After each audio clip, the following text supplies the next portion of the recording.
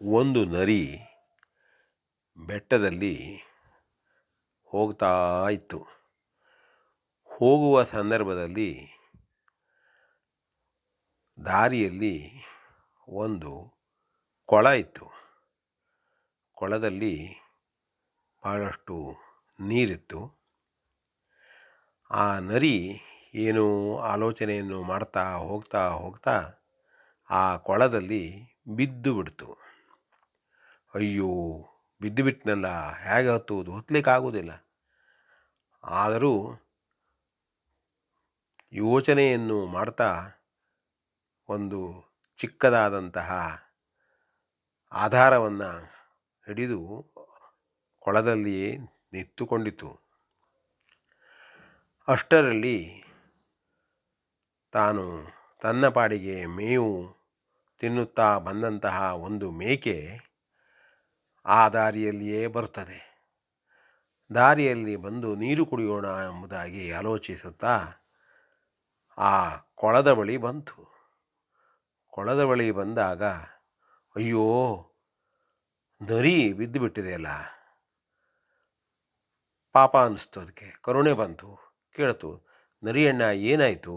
ನನಗೂ ನೀರು ಕುಡಿಬೇಕಲ್ಲ, ನೀರು ಕುಡಿಲಿಕ್ಕೆ ಹೋಗಿದ್ದೀಯ ನೀನು ಅಥವಾ ಬಿದ್ದೀಯೋ ಎಂಬುದಾಗಿ ಕೇಳ್ತು. ಆಗ ನರಿ ಕಪಟ, ಅದು ವಂಚನೆ ಮಾಡತಕ್ಕಂಥದ್ದು, ಮೋಸ ಮಾಡತಕ್ಕಂಥದ್ದಕ್ಕೆ ನರಿಯನ್ನು ಸಾಮಾನ್ಯವಾಗಿ ಉದಾಹರಿಸ್ತಾರೆ. ಓ ಇಲ್ಲಪ್ಪ, ತಾನು ಬೀಳಲಿಲ್ಲ, ಎಷ್ಟು ಸಿಹಿಯಾಗಿದೆ ಇಲ್ಲಿ ನೀರು, ಹಾಗಾಗಿ ನೀರು ಕುಡಿಯುತ್ತಾ ಕುಡಿಯುತ್ತಾ ಇಲ್ಲೇ ನಿಂತುಕೊಂಡಿದ್ದೇನೆ. ನೀನು ನೀರು ಕುಡಿಬಹುದಲ್ಲ, ಅದಕ್ಕೆ ಬಂದಿಯಲ್ಲ ನೀನು ಎಂದು ಮೇಕೆಯನ್ನು ಕೇಳುತ್ತದೆ. ಅದು ಮೇಕೆಗೆ ಭಾಳ ಸಂತೋಷವಾಯಿತು. ಅದು ಆ ಕೂಡಲೇ ನೀರನ್ನು ಕುಡಿಯುವುದಕ್ಕಾಗಿ ಆ ಕೊಳದಲ್ಲಿ ಹಾರಿಬಿಡುತ್ತದೆ. ಆಗ ಈ ಟಕ್ಕ ನರಿ ಆ ಮೇಕೆಯ ಮೇಲೆ ಹಾರಿ ಹತ್ತಿ ಕುಳಿತು ಕೊಳದಿಂದ ಮೇಲೆ ಎದ್ದು ಬರ್ತದೆ.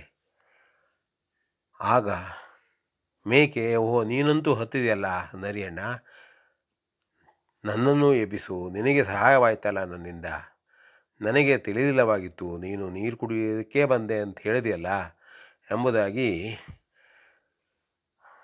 ನರಿಗೆ ಹೇಳಿತು. ನರಿ ಕೇಳಲಿಲ್ಲ. ಅದು ಟಕ್ಕ ತನದಲ್ಲೇ ಮಾತನಾಡಿತ್ತು. ಏನು, ಇಂಥ ಒಂದು ಕೊಳದಲ್ಲಿ ಹಾರುವಾಗ ನೀನು ಯೋಚನೆ ಮಾಡಬೇಕಾಗಿತ್ತು. ಯೋಚನೆ ಮಾಡಿದರೆ ಪರಿಣಾಮ ಇದೇ ರೀತಿ ಆಗ್ತದೆ. ನಾನು ಕೊಳದಲ್ಲಿ ಇದ್ದದ್ದನ್ನು ನೋಡಿದಾಗ ನೀನು ಹಾರುವಾಗ ನಿನ್ನಿಂದ ಈ ಕೊಳದಿಂದ ಮೇಲೆ ಬರಲಿಕ್ಕೆ ಆಗ್ತದೆಯೋ ಇಲ್ಲವೋ ಎಂಬುದನ್ನು ನೋಡಿಕೊಳ್ಳಬೇಕಾಗಿತ್ತು ಎಂದು ಹೇಳಿ ಓಡಿ ಹೋಗ್ತದೆ. ಇತ್ತ ಕಡೆ ನರಿ ಕೊಳದಲ್ಲಿಯೇ ಉಳಿಯುತ್ತದೆ. ಇದು ಒಂದು ಚಿಕ್ಕ ಕತೆ. ನಾವಿದರಿಂದ ತಿಳಿದುಕೊಳ್ಳೋದೇನು ಅಂತಂದರೆ, ಪ್ರತಿಯೊಂದು ವಿಷಯದಲ್ಲೂ ನಾವು ಆಲೋಚನೆಯನ್ನು ಮಾಡಬೇಕು, ದುಡುಕಬಾರದು, ಸಂಯಮದಿಂದ ಕೆಲಸ ಮಾಡಬೇಕು. ಇಲ್ಲವಾದರೆ ಹೀಗೆ ಆಗ್ತದೆ. ಮೇಕೆ ತನ್ನಿಂದ ಹಾರಲು ಸಾಧ್ಯವೇ ಇಲ್ಲವೇ ಎಂಬುದನ್ನು ಯೋಚನೆ ಮಾಡಬೇಕಾಗಿತ್ತು.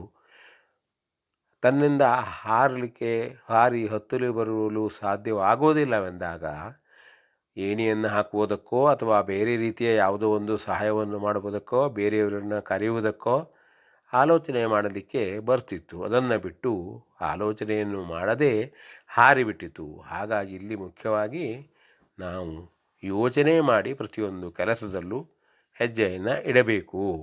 V N Bhagavat, Baraballi.